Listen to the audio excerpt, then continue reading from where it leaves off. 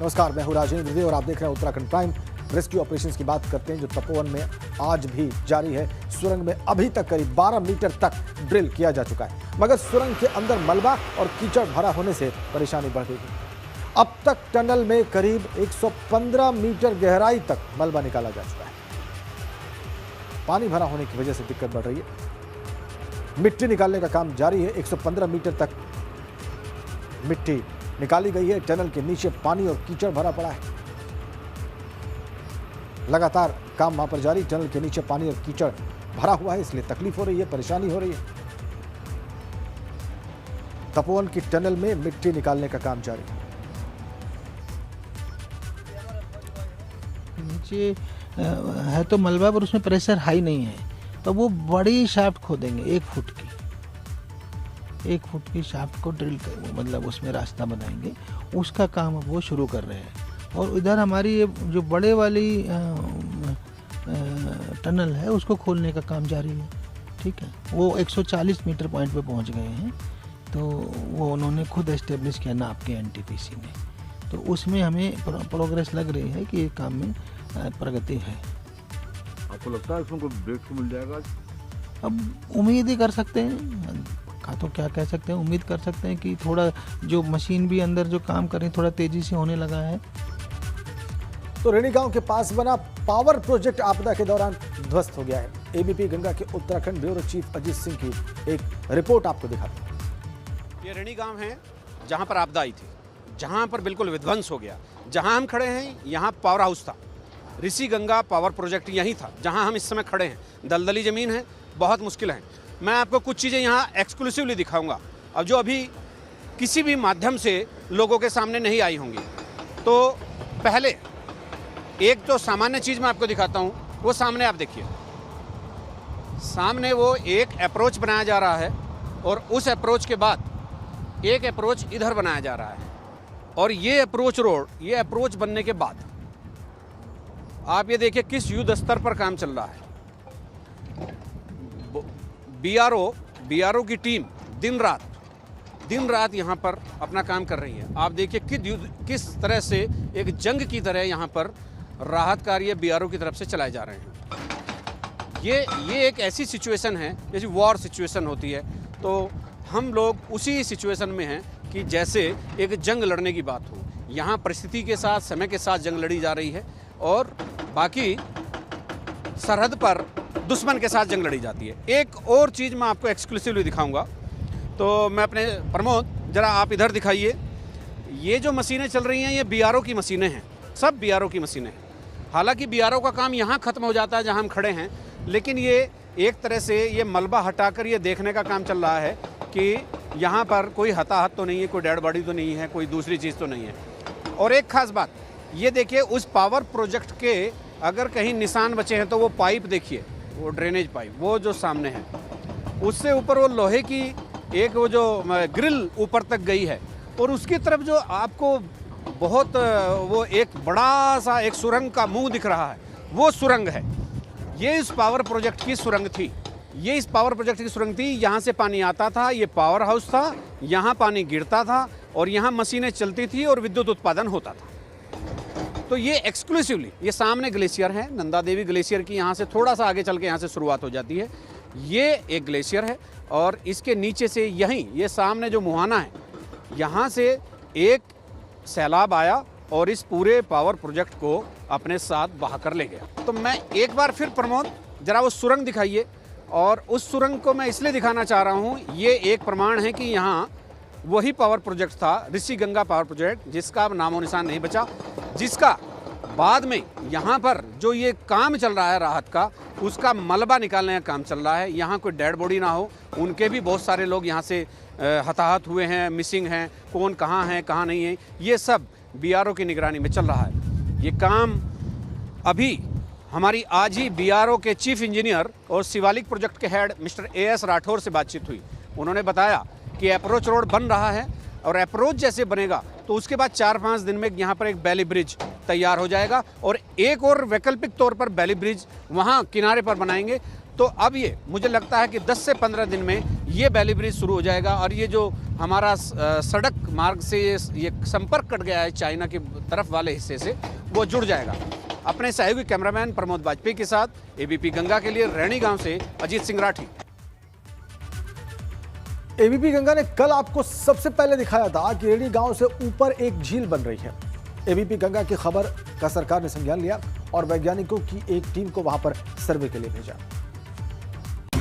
तार फटा है ऊपर से, जो भयंकर तरीके से इस समय स्थिति बहुत खराब हो रही है। कृपया ध्यान दें सभी लोग इस समय।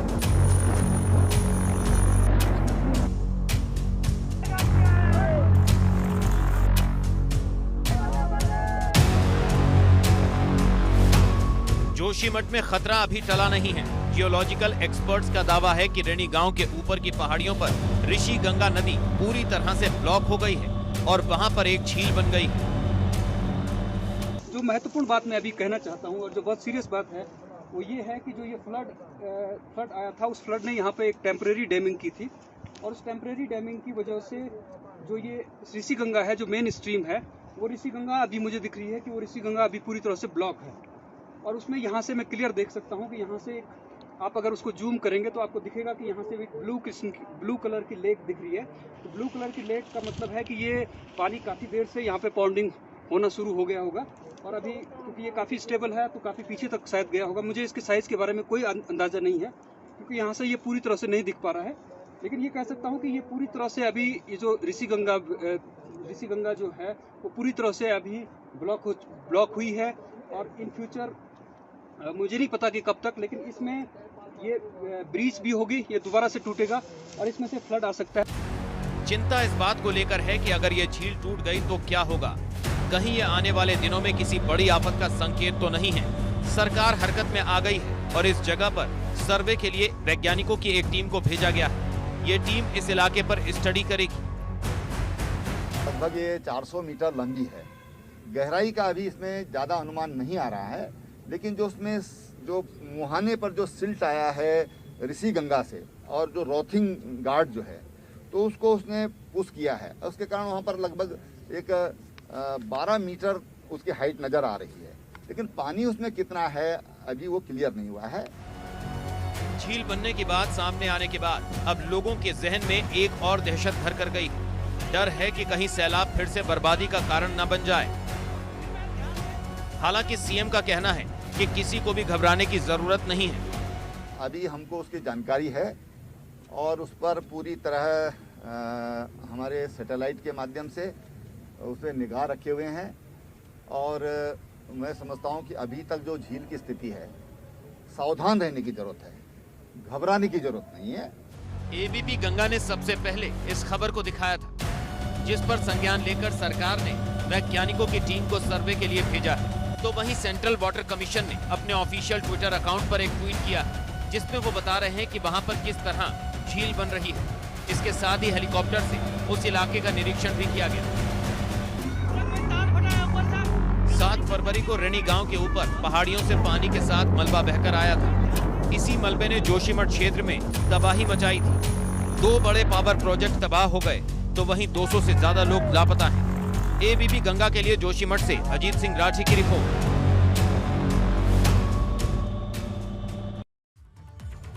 चमोली जिले में आई आपदा में राहत और बचाव के कामों को लेकर कांग्रेस सवाल उठा रही है। कांग्रेस का कहना है कि राहत और बचाव में आधुनिक मशीनों का इस्तेमाल हो सकता था, मगर ऐसा हुआ नहीं। 2 तरीके की बातें हैं।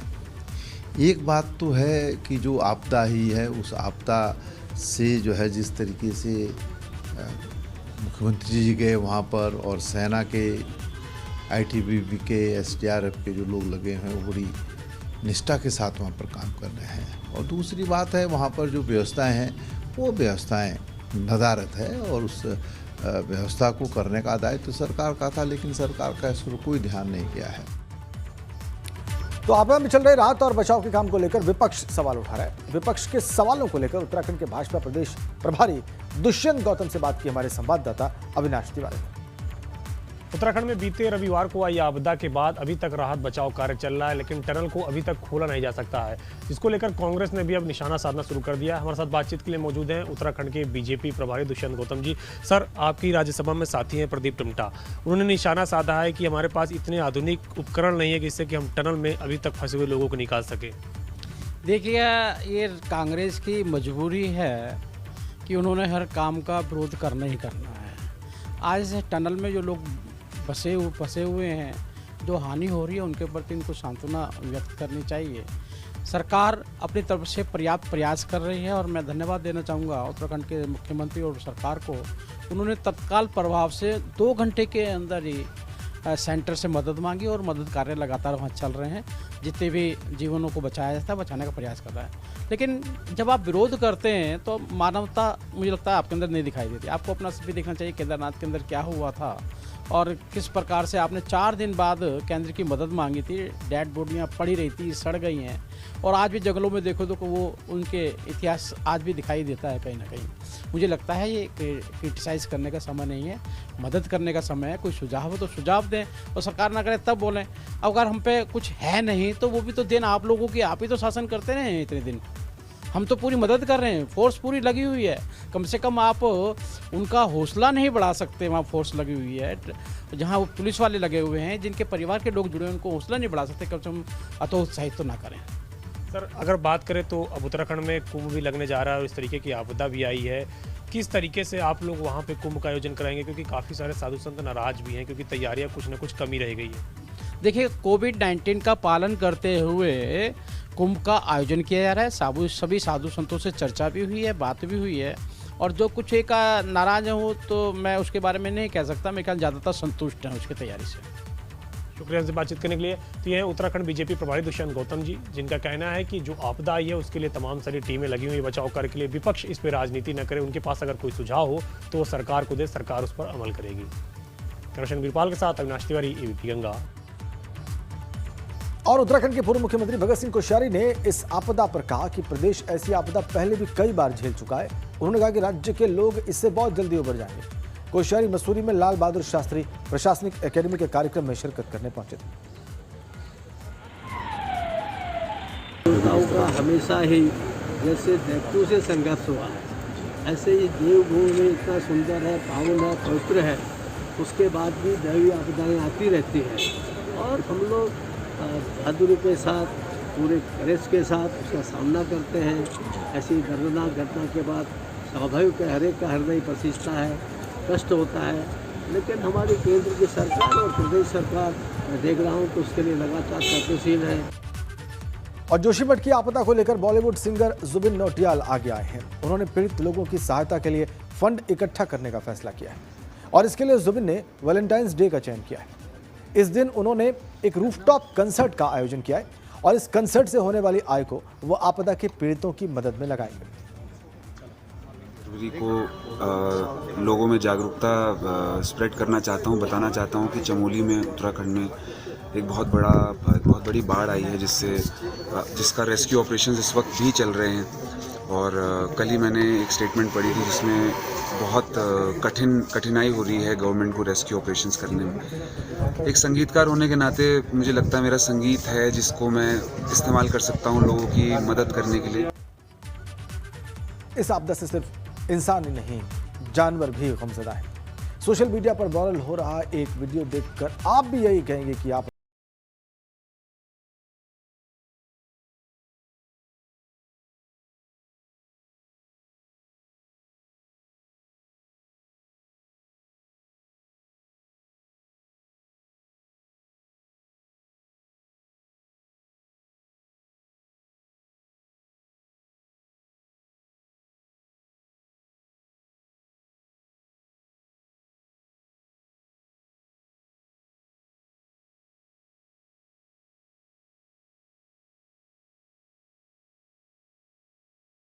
भी कर दिया। आपदा से सिर्फ इंसान ही, जानवर भी गमज़दा। सोशल मीडिया पर नेड़ी गांव के पास की कुछ तस्वीरें वायरल हो रही हैं, जिसमें एक फीमेल डॉग गुमसुम बैठी दिख रही है। लोगों का कहना है कि 7 फरवरी के दिन ऋषिगंगा में आए सैलाब में इस फीमेल डॉग के बच्चे भी दब गए थे। ऋषि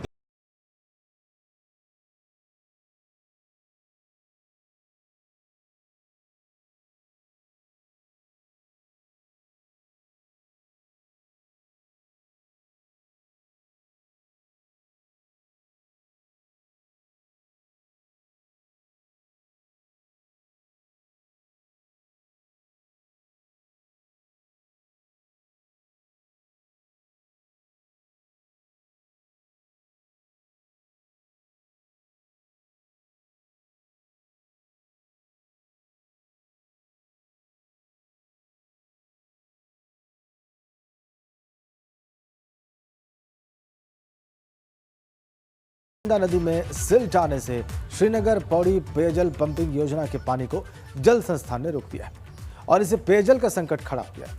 दरअसल अलकनंदा में गाद आने के कारण पानी को छानने के लिए जल संस्थान ने जो फिल्टर लगाए थे वे खराब हो गए। जल संस्थान ने फिलहाल पानी साफ होने तक पेयजल योजना से पानी लेना बंद कर दिया है। चमोली साइड में जो पहली आपदा आई है तो उसकी वजह से हमारे नदी में अलकनंदा नदी में जो है नीचे पानी जिससे हम लोग पानी लिफ्ट करते हैं उसमें काफ़ी मिट्टी वाला पानी आ गया गाद टाइप का। तो उसको अभी हम लोग उतना फिल्टर नहीं कर पा रहे हैं तो हमारा आंशिक क्षेत्र जो है पौड़ी का प्रभावित हो रहा है उससे। और हम लोग अभी नानघाट वाटर सप्लाई स्कीम से जो है बाकी क्षेत्र में पेयजल आपूर्ति करने में सफल हो पा रहे हैं और जहाँ पे इस तरह से दिक्कत है वहाँ पे टैंकर के माध्यम से हम लोग वैकल्पिक व्यवस्था कर रहे हैं। बड़ी खबर देहरादून से आ रही है। 15 फरवरी को सीएम त्रिवेंद्र रावत समीक्षा करेंगे। अधिकारियों के साथ विकास के कार्यों की समीक्षा करेंगे। 9 जिलों की 37 विधानसभाओं में घोषणाओं की समीक्षा होगी।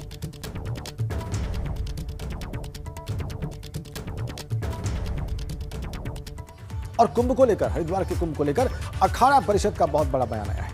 अखाड़ा परिषद के अध्यक्ष नरेंद्र गिरी ने बयान दिया है कि कोरोना के बहाने कुंभ को टालने की कोशिश की जा रही है। एसओपी जारी होने के बाद संतों में नाराजगी बढ़ गई है।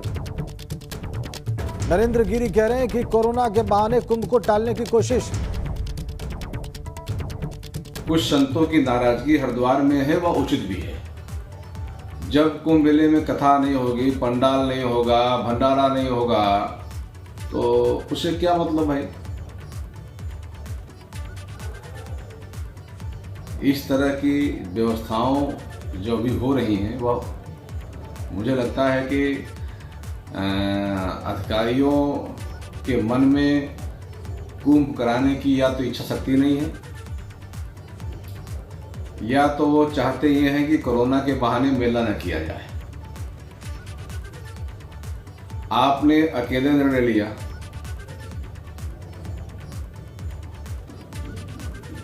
कोई भी निर्णय जब लिया जाता है कुंभ संबंधी तो अखाड़ा परिषद की बैठक में लिया जाता है और अखाड़ा परिषद की बैठक और प्रशासनिक अधिकारियों के साथ माननीय मुख्यमंत्री जी बैठते हैं, तब कोई निर्णय होता है। नरेंद्र गिरी का आपने बयान सुन लिया। यह बयान बहुत महत्वपूर्ण। हम चलेंगे हरिद्वार पंकज राणा के पास। पंकज, ये बयान बहुत अहम, ये बहुत बड़ा चार्ज प्रशासन और अधिकारियों पर नरेंद्र गिरी लगा रहे हैं। उन्होंने कहा कि वो चाहते नहीं है कि मेला हो।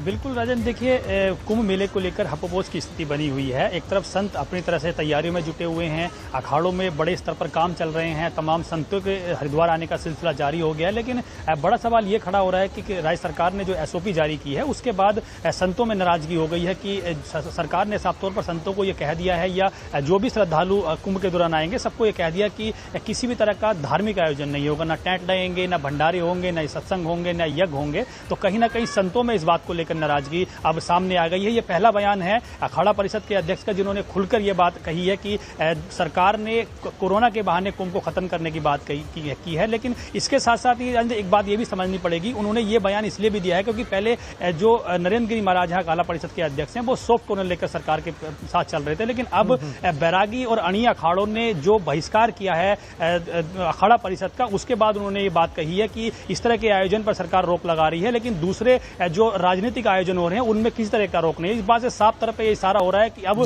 कहीं ना कहीं संतों में आपसी जो तकरार बन रहा था उसको समेटने की कोशिश की जा रही है, वो एक साथ जुटने की कोशिश कर रहे हैं। अब संभवतः माना जा रहा है कि 20 तारीख को जो अखाड़ा परिषद के अध्यक्ष हैं नरेंद्र गिरी महाराज हरिद्वार पहुंचेंगे और उसके बाद एक बड़ी बैठक यहां होने जा रही है। उसके बाद आखिरी निर्णय लिया जाएगा क्योंकि अणि अखाड़ों ने, बैरागी अखाड़ों ने ऐलान कर दिया है कि वो उन्होंने उसका बहिष्कार कर दिया है और उन्होंने चुनाव की मांग की है। अखाड़ा परिषद कुंभ में सबसे महत्वपूर्ण होता है राजन, इसलिए ये बात समझनी होगी कि अगर इनमें आपसी द्वंद्व हो गया तो कुंभ के आयोजन में बड़ा सवाल खड़ा हो सकता है। बिल्कुल ठीक आपने पंकज, बहुत बहुत धन्यवाद आपका।